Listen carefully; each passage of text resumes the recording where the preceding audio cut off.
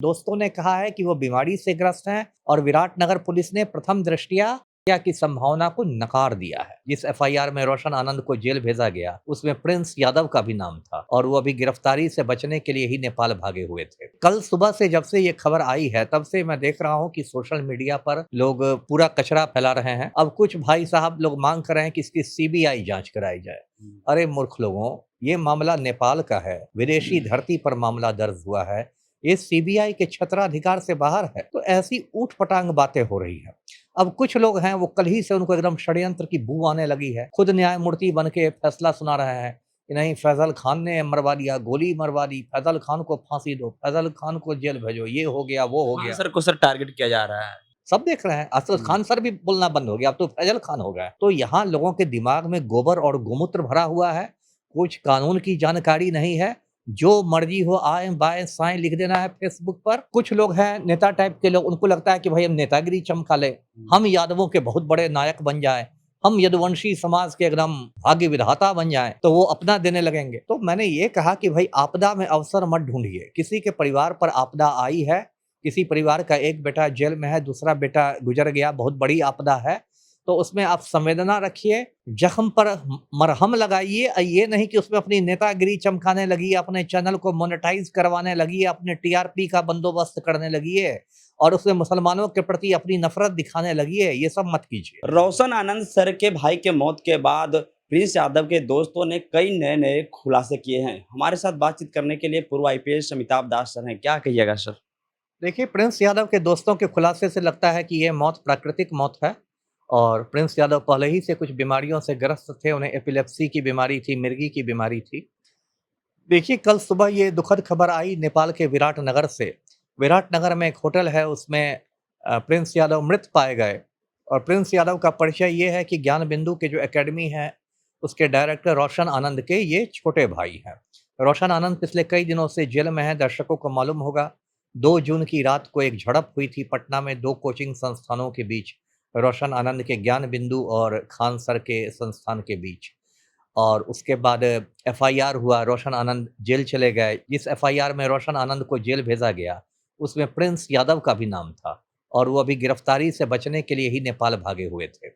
और खान सर की गिरफ्तारी पर 20 जून तक कोर्ट ने रोक लगा दी है। तो अभी ये विवाद चल ही रहा था कि अचानक ये दुखद खबर आई कि प्रिंस यादव की मौत हो गई। अब देखिए, कल सुबह से जब से ये खबर आई है तब से मैं देख रहा हूँ कि सोशल मीडिया पर लोग पूरा कचरा फैला रहे हैं। एक से एक आधारहीन बातें, भड़काऊ बातें, बेसिर पैर की बातें की जा रही हैं। अब कुछ भाई साहब लोग मांग कर रहे हैं कि इसकी सीबीआई जांच कराई जाए। अरे मूर्ख लोगों, ये मामला नेपाल का है, विदेशी धरती पर मामला दर्ज हुआ है, ये सीबीआई के छत्राधिकार से बाहर है। सीबीआई भारत सरकार की एजेंसी है, वो भारत में होने वाले मामलों की जांच कर सकती है ना? विराटनगर पुलिस में जो मामला दर्ज हुआ उसकी सीबीआई जांच कैसे होगी? नेपाल सरकार कैसे अनुमति दे देगी? नेपाल कोई भारत का हिस्सा तो है नहीं। तो ऐसी ऊट-पटांग बातें हो रही हैं।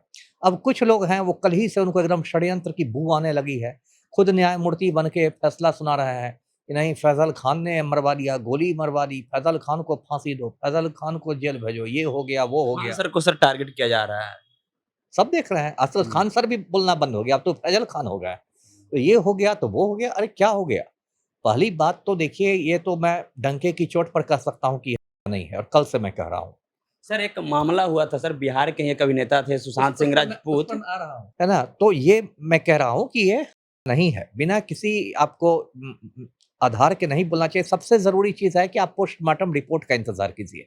पोस्टमार्टम रिपोर्ट आएगा, उससे बहुत सारी बातें स्पष्ट होती है।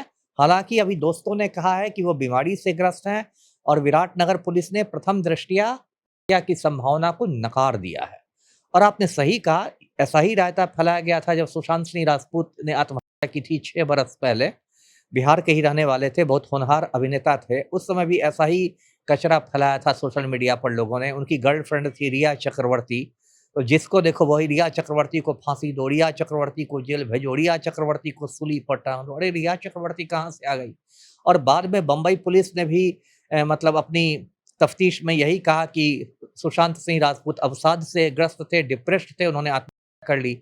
सीबीआई ने भी यही कहा कि डिप्रेशन की वजह से उन्होंने सुसाइड किया। तब रिया चक्रवर्ती कहाँ से आ गई थी?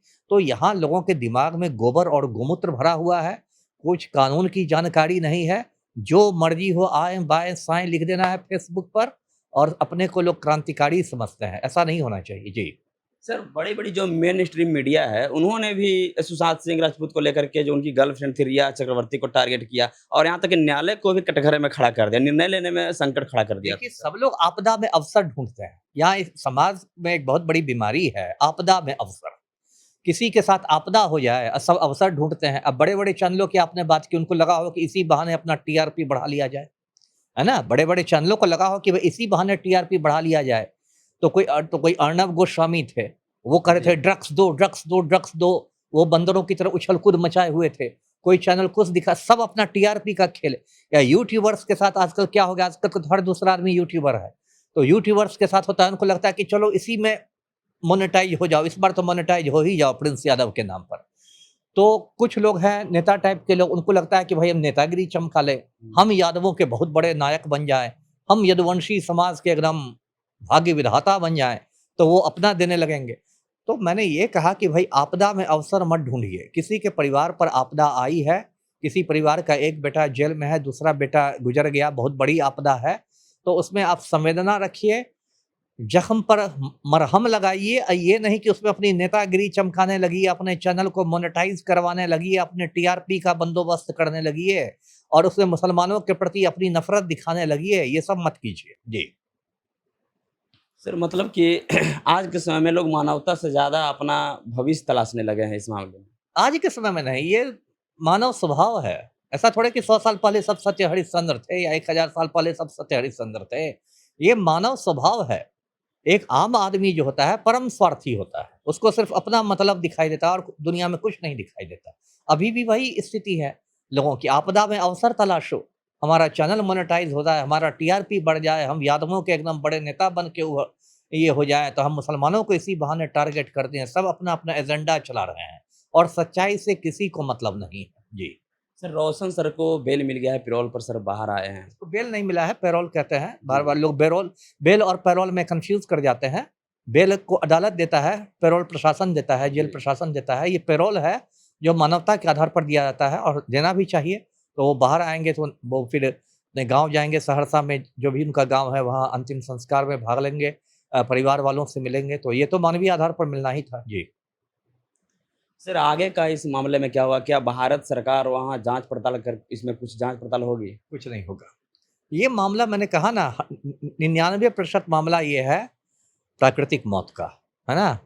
और 1% हो सकता है कोई शराब पीने से या इससे से मौत हो जाए, तो ये मामला नहीं है, है ना? इसको बात का बतंगड़ जितना बना दें, ये का मामला नहीं है। ये मामला बिल्कुल ये है, प्राकृतिक मौत का है, कोई कहीं हार्ट अटैक से मर जाता है, कोई कहीं मर जाता है, तो इसका कोई नहीं। जी।